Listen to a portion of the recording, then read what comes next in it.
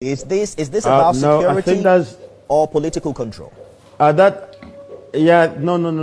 not the right narrative. I can never politicize that. I'm the one bearing the brunt and the pains and the sorrows of the IDPs in my state. The very respected Peter Obi was a governor. And if you're coming into someone's state, there are protocols. A very high personality, you're coming into someone's state, and your party does not even know that you are coming, and the sitting governor, do not know you are coming, and then you are going into where I'm protecting even most, the IDP camp. It's my duty to protect them. They have been disbalanced. And then I need to protect them even some more. So I don't know the intent you have. Is it not courteous? That was the governor of Benue State, Reverend Father Hyacinth Alia, giving what I consider an infantile reason why he was against Peter Obi visiting Benue State to assist those in the internally displaced persons camps who are passing through a lot of challenges in that state. The governor, for whatever reason, is here to tell Nigerians, block Peter Obi from coming to his state. Peter Obi was coming to Benue State after visiting Plateau State that had also passed through killings of hundreds of people and displacement of thousands of people and the burning down of communities. Peter Obi went there to commensurate with the people of Benue State, of Plateau State. And he met with the governor, and he went to the IDPs camp and was able to render his assistance and gave words of encouragement to the suffering people of Plateau State. Having participated in commensurating with the people of Plateau State, he decided that he's going to go to Benue State. And going to Benue, he had interacted with the chief of staff and all, informing him about his coming to Benue State. And Peter Obi himself is not a stranger. Peter Obi is not a stranger to Benue State IDPs. Right from the time when the former governor was there, Peter Obi had always empathized and assisted the IDPs in Benue State during the time of Governor Autumn. In fact, there was an incident where even Peter Obi, in an effort to commensurate with people of Benue State, had to take a risk of going by a boat to see some of the communities in Benue State, risking his life without lifeboat, without a life jacket or protective jacket. Took a risk. So he's somebody who empathizes and sympathizes with the people of Benue State whenever they are in tragic situation. So he informed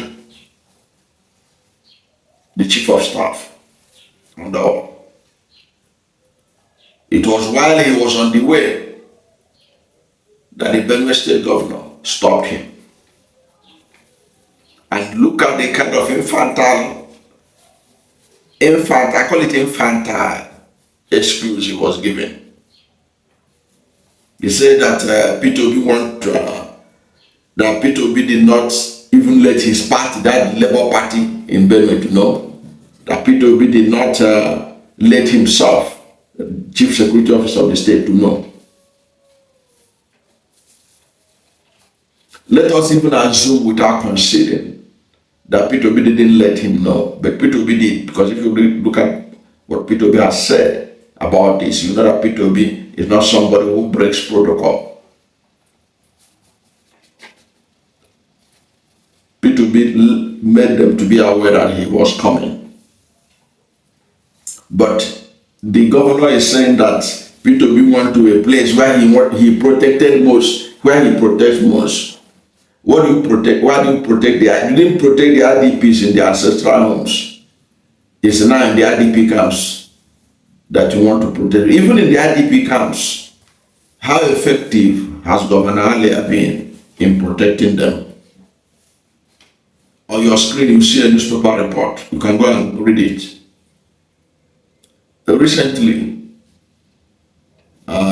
representatives of the IDPs in Benue State cried out that their women and children who go out of the camp in search of water and firewood are being ambushed, raped, and killed by the marauding herdsmen. That was the newspaper report. So even the protection of the IDPs, he has not been able to do it. He hasn't been able to provide them water. Because if they have water and they have firewood, or he provided cooking gas or stove or whatever in the IDP camps, their women and children will not be raped when they leave the camp in search of water. It means the IDP camps does not have boreholes. They don't have cooking facilities like stove, like gas. So what kind of protection is he providing for them? He claimed that he was providing the area he protected most.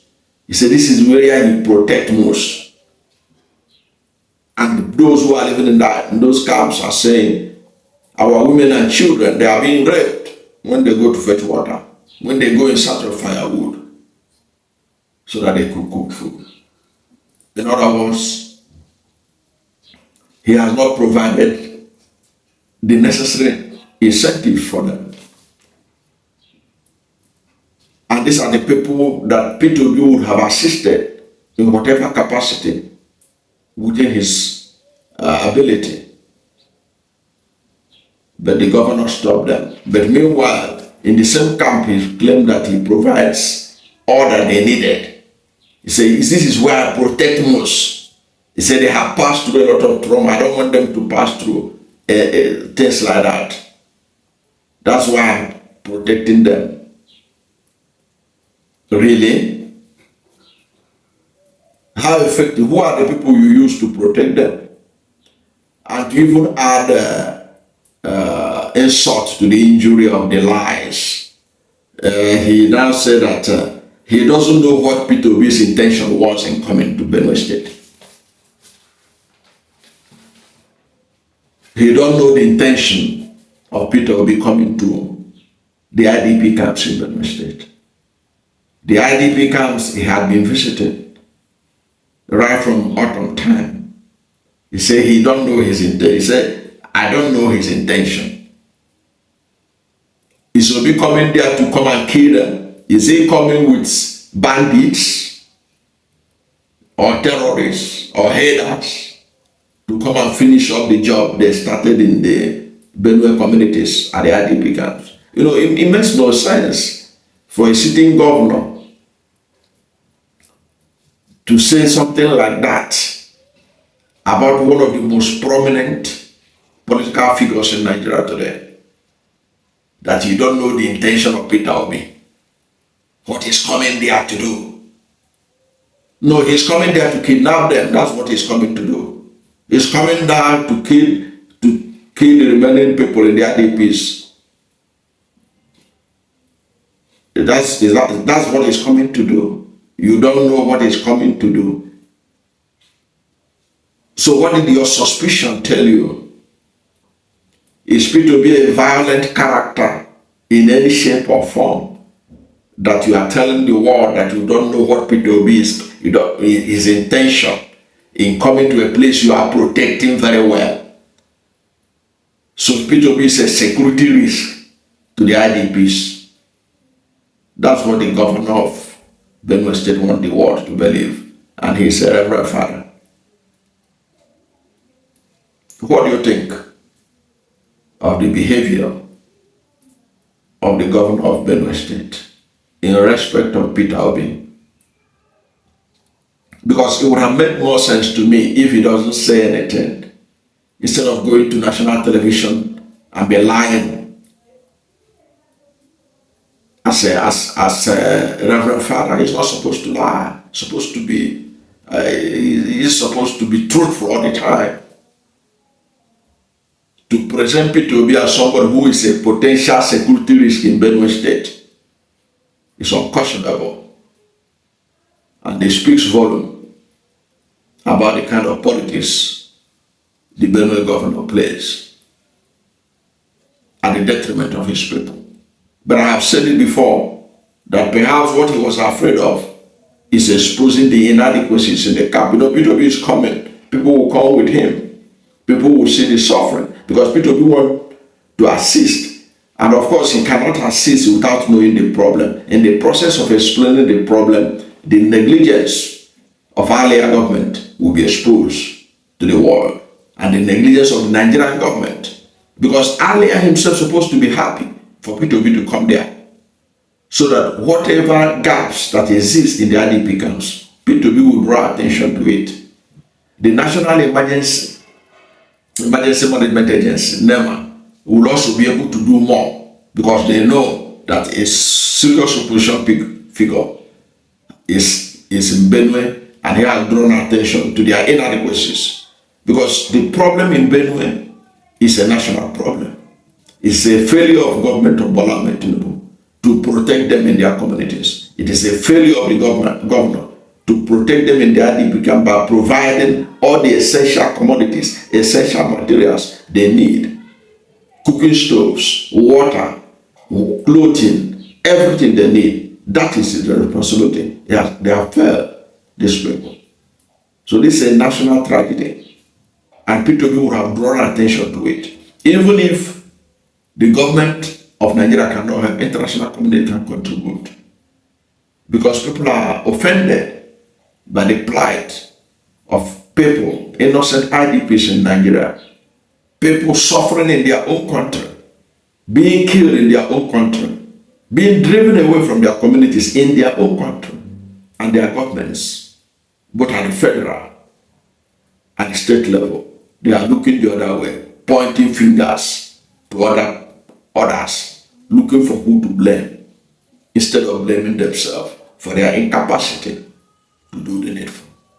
I don't know what to think about this. How do you see the defense that Governor of Benue State had made why he blocked Peter Obi from visiting his state? Does that make sense to you? If it does, please let us hear from you at the comment section how it makes sense to you, his defense on why he stopped Peter Obi from coming to his state and visit the IDPs. Whatever is your position, let's hear from you at the comment section.